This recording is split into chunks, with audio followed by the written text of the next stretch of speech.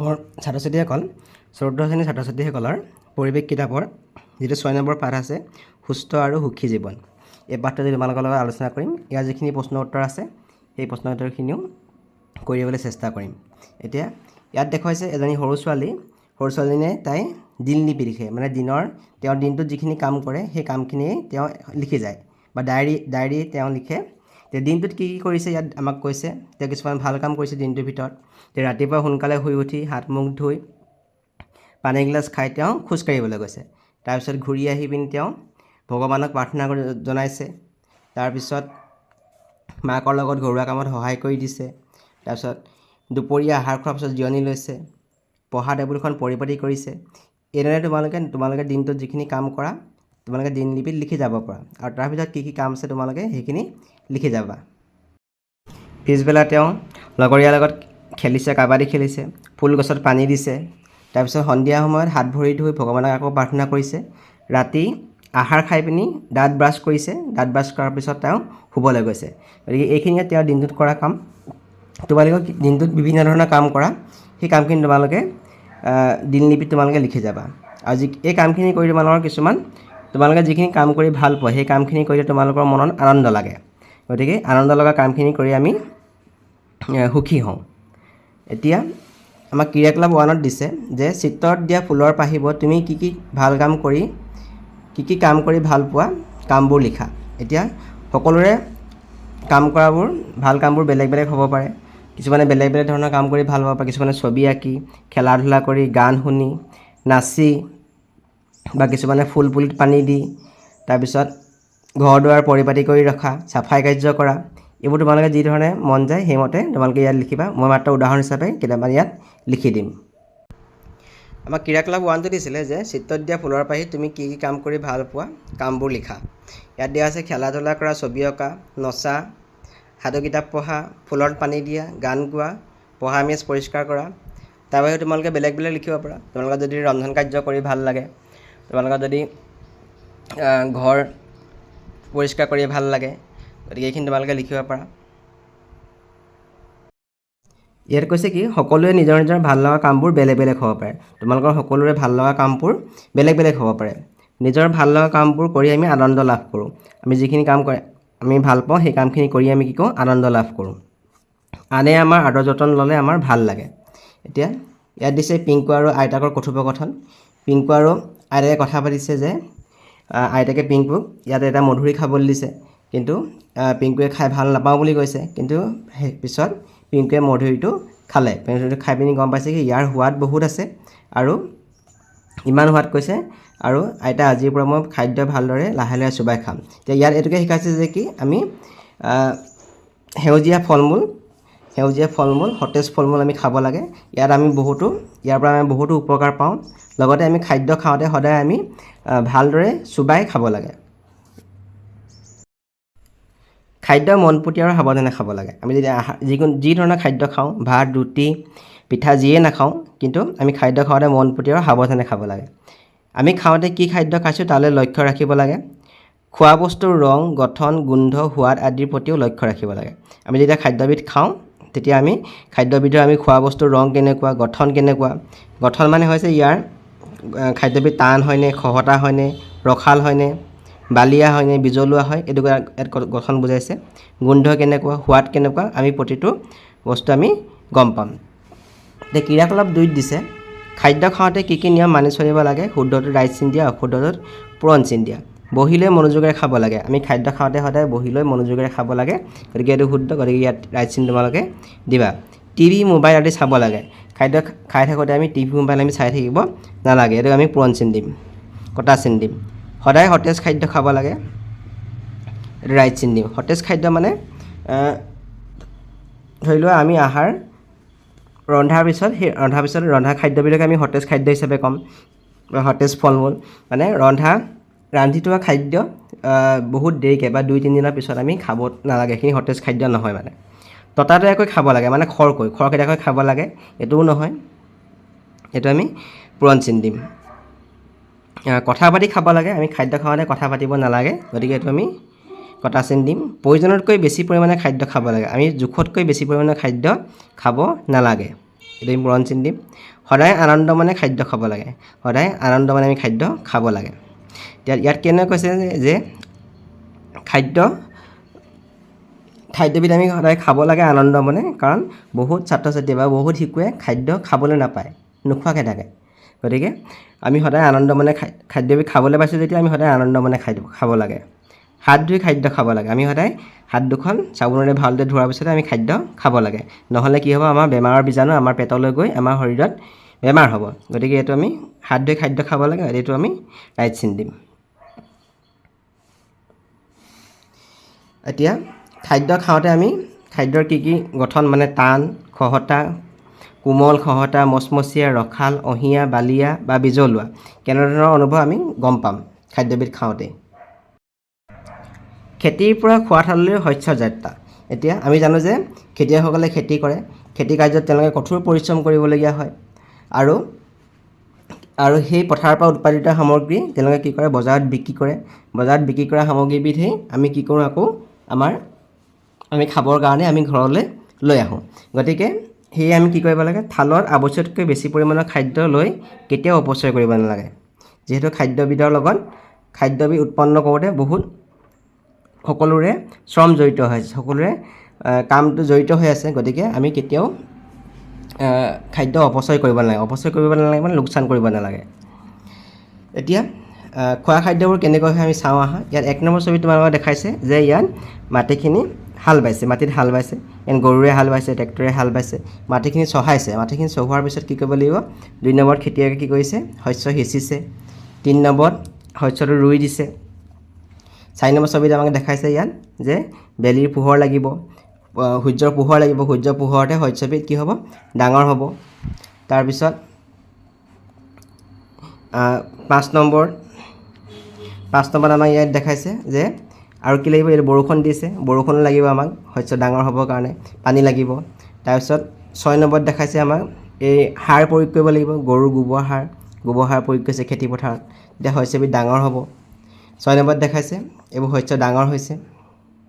আৰু 7 নম্বৰত দেখাইছে কি কৰিছে, যে খেতিয়কে শস্য কাটিছে। 8 নম্বৰত আমাক দেখাইছে কি শস্যখিনি কাটিব পৰা হৈ গ'ল। তাৰপিছত 9 নম্বৰত কি কৰিছে, খেতিয়কে শস্যখিনি কাটি ঘৰলৈ নিছে। 10 নম্বৰত কি কৰিছে, মৰণা মাৰিছে, মৰণা মাৰি পিনি তাৰ পৰা কি কৰিছে, ধানখিনিৰ পৰা খেৰখিনিয়ে পৃথক কৰিছে। তাৰপিছত এইখিনি বজাৰত বিক্ৰী কৰিবলৈ নিছে 11 নম্বৰ ছবিত। তাৰপিছত 12 নম্বৰ ছবিত আমি দেখিছোঁ যে এইখিনি দোকানত বিক্ৰী কৰিছে, এই চাউল হিচাপে। তাৰপিছত 13 নম্বৰ ছবিত দেখিছোঁ যে ঘৰলৈ আনিছে, ঘৰলৈ আনি পিনি আমি এইটো ভাত ৰান্ধি খাইছে। 14 নম্বৰত কি কৰিছে, এখন থালত আমি সকলোৱে খাইছোঁ। তাৰমানে এই খেতিৰ লগত কৃষক, বিক্ৰেতা, পৰিবহণকাৰী সকলোৰে শ্ৰম জড়িত হৈ আছে। কৃষকে খেতি কৰিছে, আৰু তাৰপিছত তেওঁলোকে কি কৰিছে, সেইখিনি বজাৰত বিক্ৰী কৰিছে।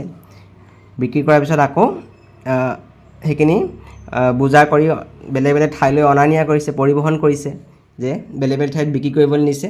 আৰু শেষত কি কৰিছে, আমি খাবলৈও সেইখিনি খাদ্যকে আমি আনিছোঁ। গতিকে কি কৰিছে আমাৰ, যে শস্য উৎপাদনৰ ৰান্ধনীশালৰ ৰান্ধি খোৱালৈকে শস্যৰ যাত্ৰা দীঘলীয়া। উৎপাদনৰ পৰা আমি ৰান্ধি খোৱালৈকে শস্যৰ যাত্ৰাটো দীঘলীয়া হৈছে। এই প্ৰক্ৰিয়াত কৃষক, বিক্ৰেতা, পৰিবহণকাৰী আদিৰ শ্ৰম জড়িত হৈ আছে। কৃষি কাৰ্যত প্ৰাণীয়েও কৃষকক হাল বোৱা, মৈ দিয়া, মৰণা মৰা আদি কামত সহায় কৰে। এতিয়া তোমাক এইটো প্ৰশ্ন সুধিব পাৰে যে কৃষি কাৰ্যত প্ৰাণীয়ে কি কি কাম কৰি দিয়ে। কৃষি কাৰ্যত প্ৰাণীয়ে কৃষকক হাল বোৱা, মৈ দিয়া, মৰণা মৰা আদি কাম কৰি সহায় কৰি দিয়ে। কৃষক আৰু কৃষি শ্ৰমিকে কঠোৰ পৰিশ্ৰম কৰি হাল বাই, মাটি চহাই, বীজ সিঁচি শস্য চপায়। সকলোৰে শস্য চপোৱাৰ পাছত খোৱাৰ বাবে উপযোগী হৈ নুঠে। ধান, মাহ, সৰিয়হ আদি শস্যবোৰ উৰাল বা ঢেঁকীত খুন্দি আমি শস্যবোৰ কি কৰিব লাগিব, খুন্দিব লাগিব, তাৰ বাকলিটো আমি গুচাব লাগিব। তাৰপিছত জাতত নাইবা আধুনিক যন্ত্ৰপাতিৰ সহায়ত খোৱাৰ বাবে উপযোগী কৰি তোলে। যেনে আমি মেচিনত কুটাবলৈ নিওঁ ধান, সেইখিনি তাৰ পৰা কি হয়, আমি তুঁহটো পৃথক কৰি পিনিহে তাৰপিছত চাউল হয়। সকলোৰে সমন্বিত প্ৰচেষ্টাত আমি বহু প্ৰকাৰৰ শস্য, ফল মূল, শাক পাচলি, অন্যান্য সা সামগ্ৰী পাওঁ। যিহেতু আমি শস্য উৎপাদনৰ ক্ষেত্ৰত সকলোৰে শ্ৰম জড়িত হৈ আছে, গতিকে শস্য উৎপাদনৰ ক্ষেত্ৰত আমি সকলোৰে পৰিশ্ৰমৰ মূল্য আমি বুজিব লাগিব। সকলোৱে পৰিশ্ৰম কৰাৰ ফলতে যে আমি খাবলৈ পাইছোঁ, সেইটো আমি সকলোৱে বুজি পাব লাগিব। আমি যিহেতু পৰিৱেশত আছোঁ, পৰিৱেশৰ পৰা আমি বহুত বস্তু আমি পাই আহিছোঁ। যেনে সূৰ্যৰ পৰা আমি সূৰ্যৰ পৰা আমাক কি দিয়ে, তাপ আৰু পোহৰ পাওঁ। তাৰপিছত বায়ুত থকা অক্সিজেন গেছ লৈ আমি জীয়াই আছোঁ। যদিও আমি বায়ু চকুৰে নেদেখোঁ, বায়ুত থকা অক্সিজেন গেছ লৈ আমি জীয়াই আছোঁ। গছ গছনিয়ে আমাক খাদ্য, কাঠ আৰু ছাঁ দিছে। গছ গছনিয়ে কৃষকে উৎপাদন কৰা শস্য আমি খাদ্যৰূপে গ্ৰহণ কৰিছোঁ।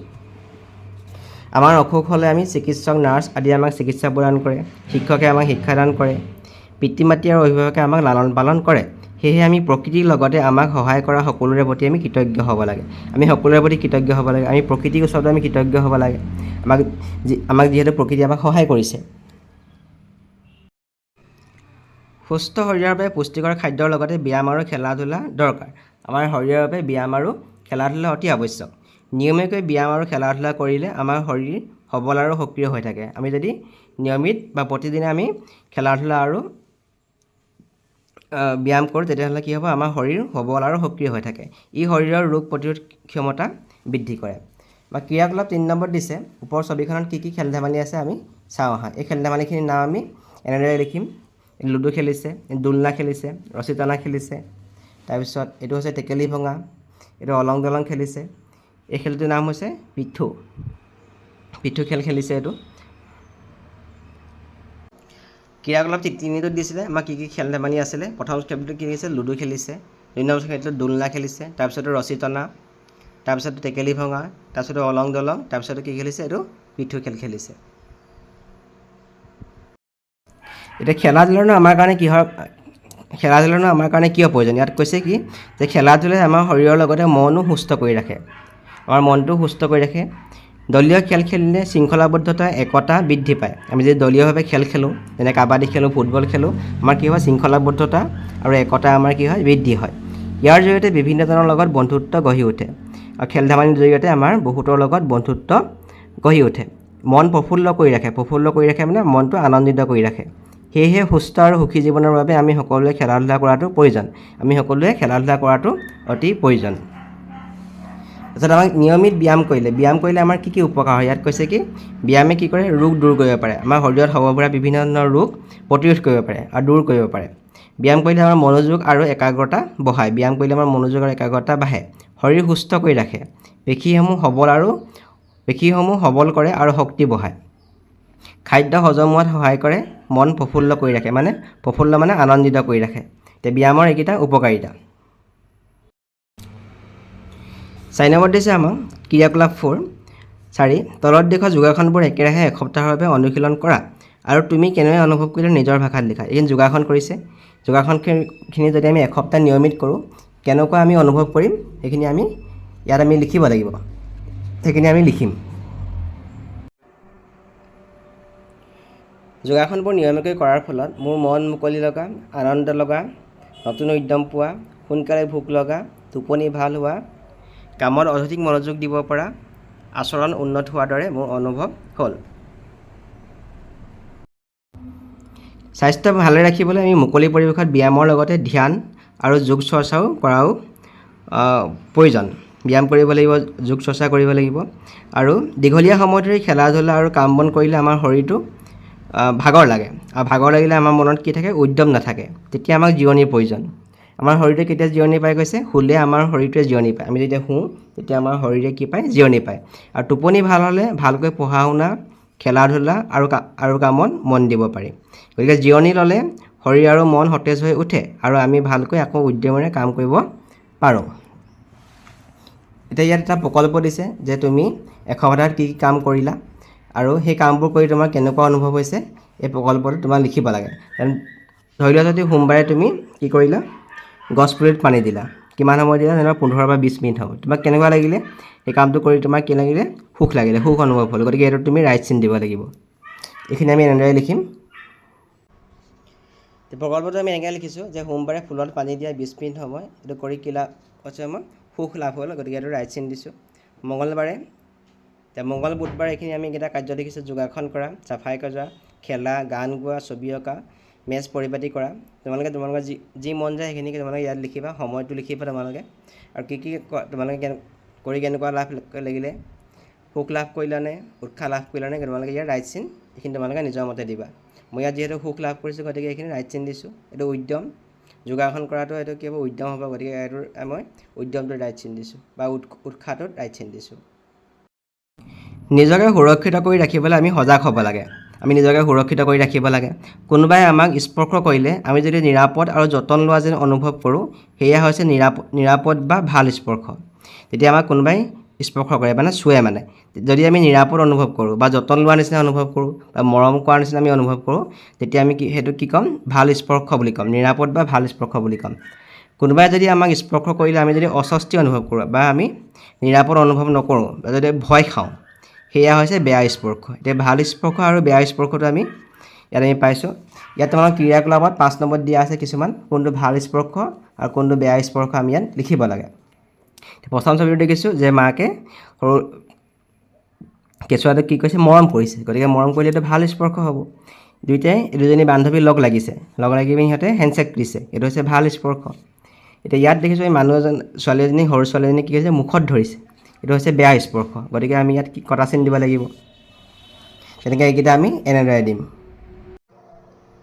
এতিয়া ক্ৰিয়াকলাপ 5টোত দিছিলে কোনটো ভাল স্পৰ্শ আৰু বেয়া স্পৰ্শ যে প্ৰথম ছবিটো আমি মাকে কেঁচুৱাটোক মৰম কৰিছে গতিকে এইটো আমাৰ ভাল স্পৰ্শ ৰাইট চিন দিম 2 নম্বৰটো দুজনী বান্ধৱী হেণ্ডশ্বেক দিছে গতিকে এইটো আমি ৰাইট চিন দিম এইটো ভাল স্পৰ্শ 3 নম্বৰ ছবিটো আমি বেয়া স্পৰ্শ গতিকে ইয়াত আমি কটা চিন দিম 4 নম্বৰ ছবিটোত দেখিছোঁ আমি চিকিৎসকজনে ডাক্তৰজনে কি কৈছে ছোৱালীজনীক বেজি দিছে গতিকে এইটো ভাল স্পৰ্শই হয় গতিকে আমি এইটো ৰাইট চিন দিম 4 নম্বৰ ছবিটো আমি এইটো বেয়া স্পৰ্শ বুলি কটা চিন দিছোঁ ইয়াত আমি কি কৈছোঁ ইয়াতো এইটো বেয়া স্পৰ্শ কাণত ধৰিছে গতিকে এইটো পূৰণ চিন দিম আৰু তাৰপিছতো আমি সৰু ল'ৰাটোক আশীৰ্বাদ দিছে মূৰত মানে মৰম কৰাইছে গতিকে এইটো ভাল স্পৰ্শ তাৰপিছত কি হৈছে ইয়াত ঘোচা মাৰি দিয়া নিচিনা দিছে গতিকে এইটো কটা চিন দিম শেষৰ ছবিটো কি হ'ল এইটো আমাৰ বেয়া স্পৰ্শ যদি কোনোবাই আমাক বেয়া স্পৰ্শ কৰে বা তোমাৰ যদি পচন্দ নহয় তেতিয়া আমি কি কৰিব লাগে তেতিয়া আমি প্ৰতিবাদ নকৰি সেই স্থানৰ পৰা আঁতৰি আহিব লাগে তেতিয়া আমি প্ৰতিবাদ কৰি সেই স্থানৰ পৰা আঁতৰি আহিব লাগে আৰু গোপনে নাৰাখি লগে লগে পিতৃ মাতৃ অভিভাৱক শিক্ষক নাইবা ডাঙৰক জনাব লাগে এতিয়া এই পাঠত আমি এইটোৱে শিকিলোঁ যে কি সুস্থ আৰু সুখী জীৱনৰ কাৰণে আমাক নিয়মিত পুষ্টিকৰ খাদ্য খোৱা খেলা ধূলা আৰু ব্যায়াম কৰা জিৰণি লোৱা আদি অতি প্ৰয়োজনীয় আমি সুস্থ আৰু সুখী জীৱনৰ কাৰণে আমি কি কৰিব লাগিব নিয়মিত পুষ্টিকৰ খাদ্য খাব লাগিব খেলা ধূলা কৰিব লাগিব ব্যায়াম কৰিব লাগিব আৰু মন সুস্থ কৰি ৰাখিবলৈ হ'লে আমি ভালপোৱা কামবোৰ কৰিব লাগে আনক সহায় কৰিলে আৰু আনে কৰা সহায়ৰ বাবে কৃতজ্ঞতা জনালে আমি সুখ অনুভৱ কৰোঁ আৰু এই অভ্যাসবোৰ আমাৰ শৰীৰ সবল আৰু মন আনন্দিত কৰি ৰাখে গতিকে আমি সুস্থ আৰু সুখী হ'বৰ কাৰণে আমি নিজে ভালপোৱা কামবোৰ কৰিব লাগিব আমি নিয়মিত পুষ্টিকৰ খাদ্য খাব লাগিব খেলা ধূলা কৰিব লাগিব ব্যায়াম কৰিব লাগিব জিৰণি ল'ব লাগিব গতিকে এইখিনিয়ে হৈছে এই পাঠটো তোমালোকে শিকিবলগীয়া প্ৰশ্ন দিছে যে টোপনি ভাল নহ'লে কি হয় উত্তৰটো হ'ব ভালকৈ কামত মন দিব নোৱাৰে তোমালোকে 2 নম্বৰটো গোল কৰিব লাগিব খ নম্বৰটো কৈছে আমাক খাদ্য খোৱাৰ সময়ত কি কৰিব লাগে উত্তৰটো আমি 4 নম্বৰটো একে ঠাইতে বহি খাব লাগে আৰু উত্তৰটো ইয়াত 4 নম্বৰটো তোমালোকে গোল কৰিব লাগিব তাৰপিছত আমাক 2 নম্বৰখিনি দিছে যে খালী ঠাই পূৰ কৰা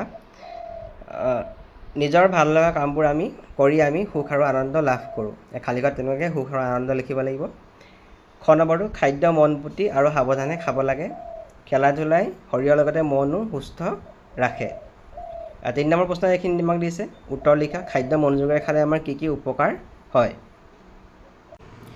ক নম্বৰ দিছে খাদ্য মনোযোগেৰে খালে কি হয় কি কি উপকাৰ হয় উত্তৰটো হ'ব খাদ্য মনোযোগেৰে খালে খাদ্যবিধৰ ৰং গঠন গোন্ধ সোৱাদ আদি আমাৰ মনত ৰৈ যায় লগতে খাদ্যৰ লগত কোনো অখাদ্য বা অলাগতিয়াল বস্তু পেটলৈ গৈ অঘটন হোৱাৰ ভয় নাথাকে আৰু ভালদৰে চুবাই খালে হজম সোনকালে হয় তাত খ নম্বৰ দিছে আমি ভাগৰ আঁতৰাবলৈ কি কি কৰিব লাগে ভাগৰ আঁতৰাবলৈ হ'লে আমি জিৰণি ল'ব লাগে শুব লাগে পুষ্টিকৰ আহাৰ খাব লাগে প্ৰচুৰ পৰিমাণে বিশুদ্ধ পানী খাব লাগে যোগাসন কৰিব লাগে আৰু মুকলি ঠাইত খোজকাঢ়িবলৈ যাব লাগে